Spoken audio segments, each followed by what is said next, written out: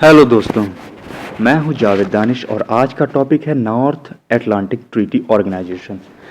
जैसे कि हमें नाम से ही समझ में आ रहा है, एटलांटिक एटलांटिक की मीन्स है जो जहाँ पे अटलांटिक ओशन है, यानी कि अमेरिकाज और अफ्रीका एंड यूरोप के बीच में है। ये हम सबको पता है।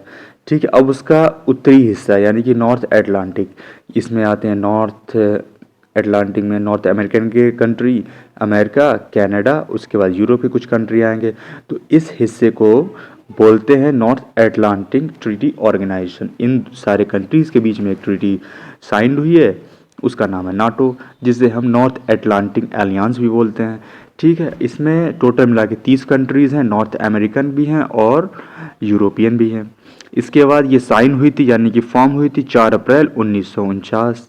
अब क्यों बनाई गई थी? इसलिए बनाई गई थी कि आपस में ये 30 देश हैं जो आपस में ना लड़के, अगर कोई बाहर से इम्पैक्ट हो रहा है तो उन ये सारे कंट्रीज मिलकर उस पर प्रभाव डाल सकते हैं। एक बात और, अगर कोई कमज़ोर है, कोई देश कमज़ोर है और वो हेल्प चाहता है तो भी ये सारे हेल्प करते हैं। अभी जो समुद्र में डकैत होते थे, जनरली सोमालिया कंट्री के जो डकैत होते थे, तो उन सब के लिए नाटो जितनी भी कंट्रीज़ हैं उन सब ने सहयोग दिया था। अभी उस ऑपरेशन का नाम था ऑपरेशन ओशन शील्ड, जिसमें सारे डकैत को ख़त्म कर दिया गया था। इसमें नाटो कंट्रीज़ भी थी, नॉन नाटो कंट्रीज़ भी थी, Asian, north American, south American, बहुत सारे कंट्रीज़ थे। इन सब ने मिल के जितने भी डकैत थे, समुद्री डाकू थे, उन सबको ख़त्म किया था। अब ये आपको समझ में आ गया है कि ये कैसे ऑर्गेनाइज हुई है और क्या क्या इसके फीचर्स हैं। फीचर्स मेनली यही है कि अपनी हेल्प करना और जितने भी कंट्रीज़ हैं उन सब में कोई भी क्लेश ना होना। बाहर की जो कंट्रीज़ हैं उनमें ही क्लेश हो सकते हैं, लेकिन ये सारे कंट्रीज साथ में खड़े होंगे तब। अब इसका हेडक्वार्टर है ब्रुसेल, बेल्जियम, और जो मिलिट्री कमांड का हेड ऑफिस है वो है बेल्जियम मोन्स में। लैंग्वेज है, ऑफिशियल लैंग्वेज है इंग्लिश और फ्रेंच।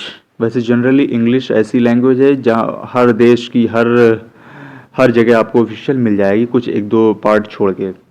उसके बाद हैं सेक्रेटरी जनरल हैं जेंस स्टोल्टेनबर्ग, जो कि नॉर्वे से हैं। डिप्टी सेक्रेटरी जनरल हैं मर्शिया जियोनेना, ये हैं रोमानिया से। इसके बाद chairman of NATO military committee वो हैं air chief marshal Stuart Peach, royal air force यानी इंग्लैंड से हैं। Supreme allied command Europe, general Tod D Wolter, United States air force यानी कि अमेरिका से हैं। Supreme allied command transformation, general Andre Lanata, French air force यानी कि France से हैं। अब इसकी शुरुआत कब से हुई है? बात होती है ख़त्म वर्ल्ड वॉर टू यानी कि 1945 में। 1945 में जर्मनी एक हारा हुआ देश था और सोवियत यूनियन की पावर उस टाइम बढ़ रही थी।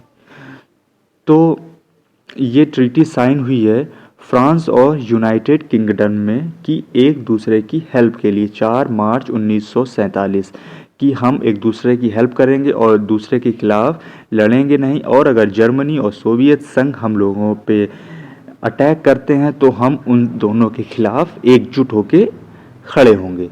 तो ये हुआ था ट्रीटी ऑफ डनक्रिक 4 मार्च 1947 को। अभी नाटो जो ऑर्गेनाइजेशन है उससे कोई लेना देना नहीं है। इसके बाद इसे एक्सपेंड किया गया, 1948 आया। 1948 में जितने वेनेलक्स कंट्री यानी कि पहले सारे जो कंट्रीज थे अपने अलग अलग छोटे छोटे ग्रुप बनाए थे, जैसे ट्रीटी ऑफ डनक्रिक है, इसमें फ्रांस और यूनाइटेड किंगडम है।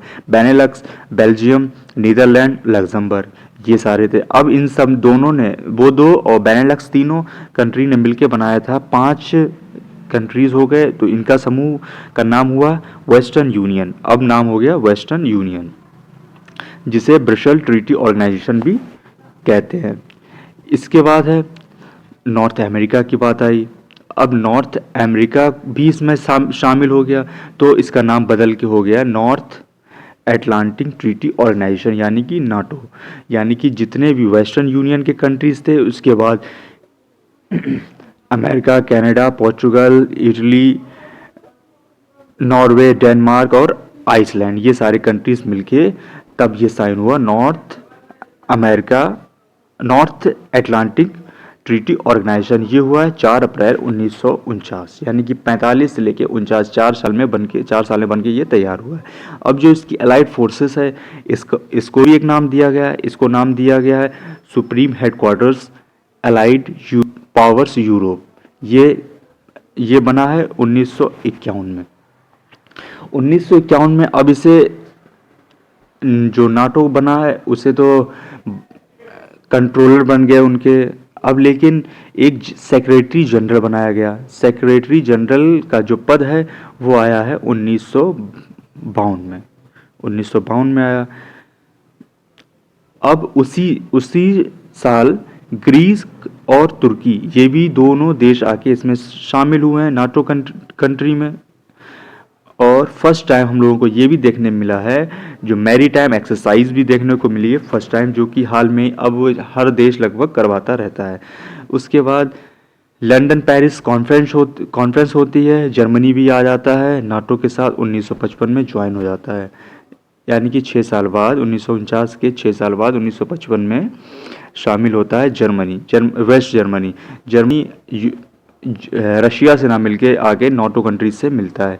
और इसी इम्पैक्ट से, इसी आफ्टरमैथ से सोवियत संघ यानी कि रशिया कुछ कंट्रीज को मिला के वॉरशॉ पैक्ट साइन करते हैं और ये अपना अलग ग्रुप बनाते हैं, जिसमें पोलैंड है, अल्बानिया है और रशिया है। ये सारे कंट्रीज मिलके 1955 में ही बनाते हैं, वॉरशॉ पैक्ट को साइन करते हैं।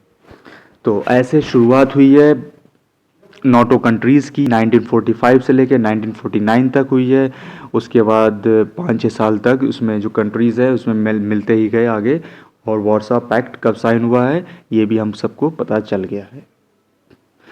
तो नेक्स्ट टॉपिक में हम लोग बात करेंगे वॉरशॉ पैक्ट ये क्या है और कब साइन हुआ है, कैसे क्या हुआ था।